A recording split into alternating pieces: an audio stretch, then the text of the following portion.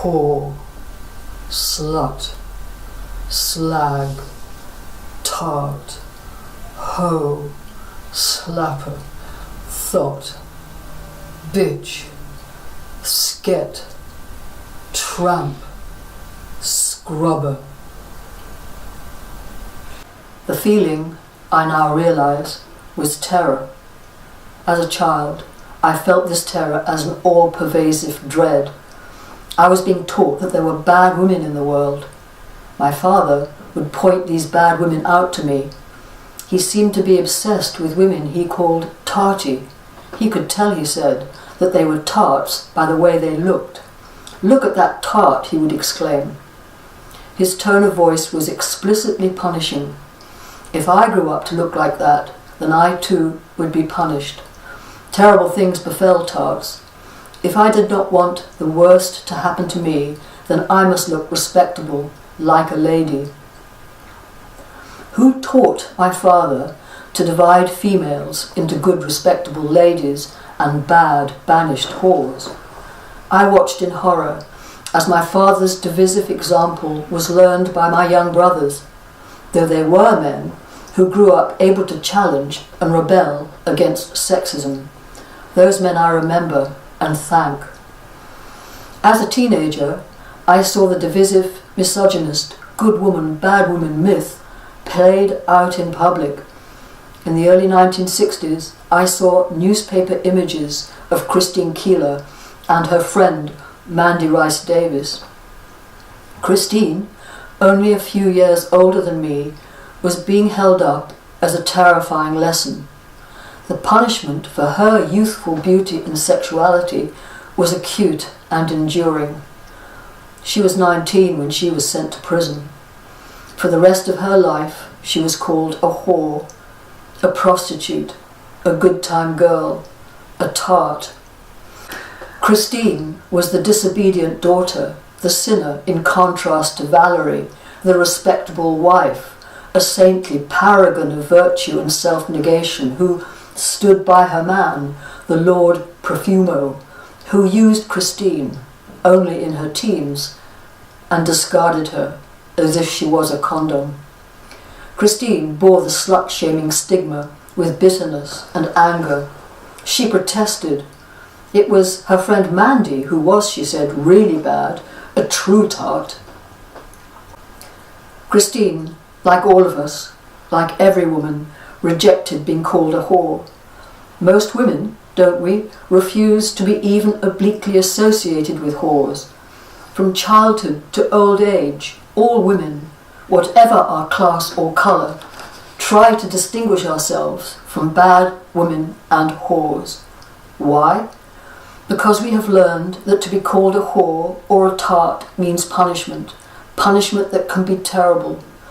If we are not to be held responsible for our own denigrating rapes and metaphorical or literal murder, we must be good and respectable. I was in my 30s when I first heard the name of Peter Sutcliffe, the Yorkshire Ripper. In 1981, he was convicted of murdering 13 women and attempting to murder 7 more. The media reported these crimes by dividing the murdered and wounded women into 2 groups. One group were the prostitutes, the whores, the bad women, who it was implied were responsible for what happened to them. Then there was the other group, the innocent victims, the good, respectable women who did not deserve to be attacked. Most women think they are respectable. They think they are superior to whores. They are not sex workers, and therefore they are good women who do not deserve to be sexually assaulted, let alone murdered. This respectable woman delusion, this superior conceit, is possible to cling to until it happens to you, until, like many of us, you are sexually harassed, attacked, and raped. Then surely, with shock and dismay, you will discover that you are not good or respectable enough. In the court of public opinion, and then, if you have the courage, you take your assailant to a court of law, you will have your behaviour examined, and, Because you are human and have sex, you will discover that you have no more right to a respectable reputation or to justice and protection than a sex worker or prostitute. Like a prostitute, you will discover that in law you have virtually no protection from even the most extreme degrees of violence. In fact, no women are protected by our rape laws because it can be proved that, in fact, put to the test, all women are bad like whores. How respectable would you be judged if police and lawyers were to examine your social media accounts? When put to the test in courts of public opinion and law, what woman's sexual history is pure or saintly enough to absolve her from blame? What, by the way, was so shameful or immoral about Christine Keeler's behaviour?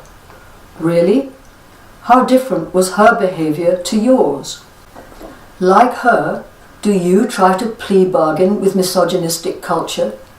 Do you go through the daily, tortured self-assessment of what degree of whore you are, the many gradations of misogynistic moralism? How often have you been coerced into calling yourself a whore, or to behaving like a whore in the assumed privacy of your bedroom? So, how can we refrain from this hypocrisy and demolish the culture of slut-shaming? How can we abolish the fatal moralistic divide between good women and bad women? We must change the culture, of course. For a start, we must decriminalise sex work, decriminalise prostitution, stop sending consenting adults to prison.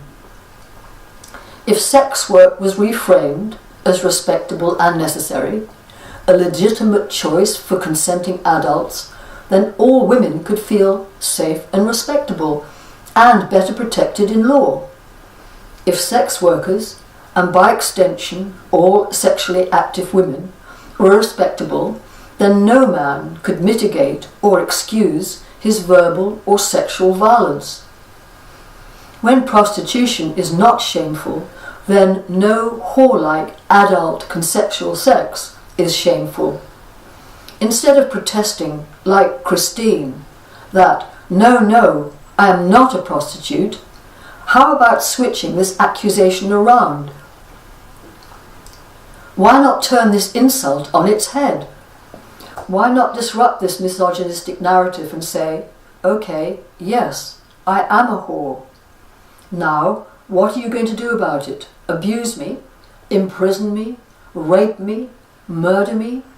Who has the moral high ground now?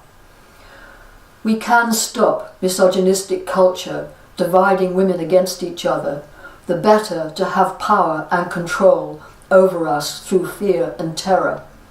We can refuse to be divided. We can work together, undivided, as equals. We can stand shoulder to shoulder with sex workers and prostitutes and say, without shame, I am whore.